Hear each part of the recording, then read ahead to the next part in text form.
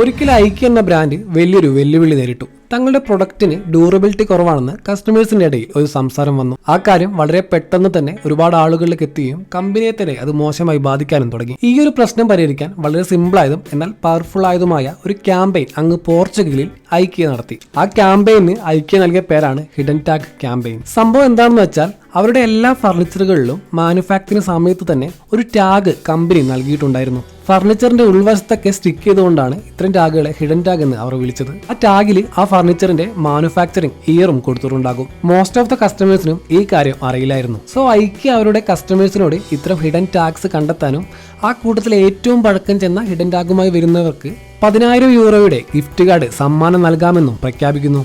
പിന്നീട് നടന്നത് ഐക്യയെ പോലും ഞെട്ടിക്കുന്ന കാര്യങ്ങളായിരുന്നു. ഏകദേശം 4,000-ഓളം പേരാണ് ഈ ക്യാമ്പയിനിൽ പങ്കെടുത്തത്. അവരെല്ലാം അവരുടെ ഫർണിച്ചറിലെ ഹിഡൻ ടാഗ് ഐക്യയ്ക്ക് സബ്മിറ്റ് ചെയ്യുകയും ചെയ്തു. അത്തരത്തിൽ വന്ന ഫർണിച്ചറുകളുടെ ആവറേജ് ഏജ് എന്നത് 18.5 വർഷമായിരുന്നു. ആ കൂട്ടത്തിലെ ഏറ്റവും പഴക്കം ചെന്ന ഫർണിച്ചർ എന്നത് 1969 നിർമ്മിച്ച 55 കൊല്ലം പഴക്കമുള്ള ഒരു വുഡൻ ടേബിൾ ആയിരുന്നു.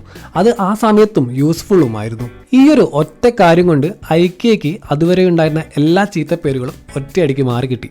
ഐക്യ ഫർണിച്ചറുകളുടെ ഡ്യൂറബിലിറ്റിയെ കുറിച്ച് കസ്റ്റമേഴ്സിനെ കൺവിൻസ് ചെയ്യിക്കാൻ കമ്പനിക്ക് ഇതിലൂടെ കഴിഞ്ഞു. ഇവിടുത്തെ ഏറ്റവും വലിയ ജീനിയസായ ഒരു കാര്യം എന്താണെന്ന് വെച്ചാൽ ഇത്തരത്തിലൊരു പ്രശ്നം വന്നപ്പോൾ അതിനെ ചലഞ്ച് ചെയ്യാനോ അല്ലെങ്കിൽ ഒരു പുതിയ പരസ്യം ഇറക്കാനോ അല്ല കമ്പനി ശ്രമിച്ചത്. തങ്ങളുടെ കസ്റ്റമേഴ്സിനെ കൊണ്ട് തന്നെ തങ്ങളുടെ പ്രൊഡക്റ്റിന് ഡ്യൂറബിലിറ്റി ഉണ്ടെന്ന് പറയിക്കാൻ ഐക്യയ്ക്ക് കഴിഞ്ഞു.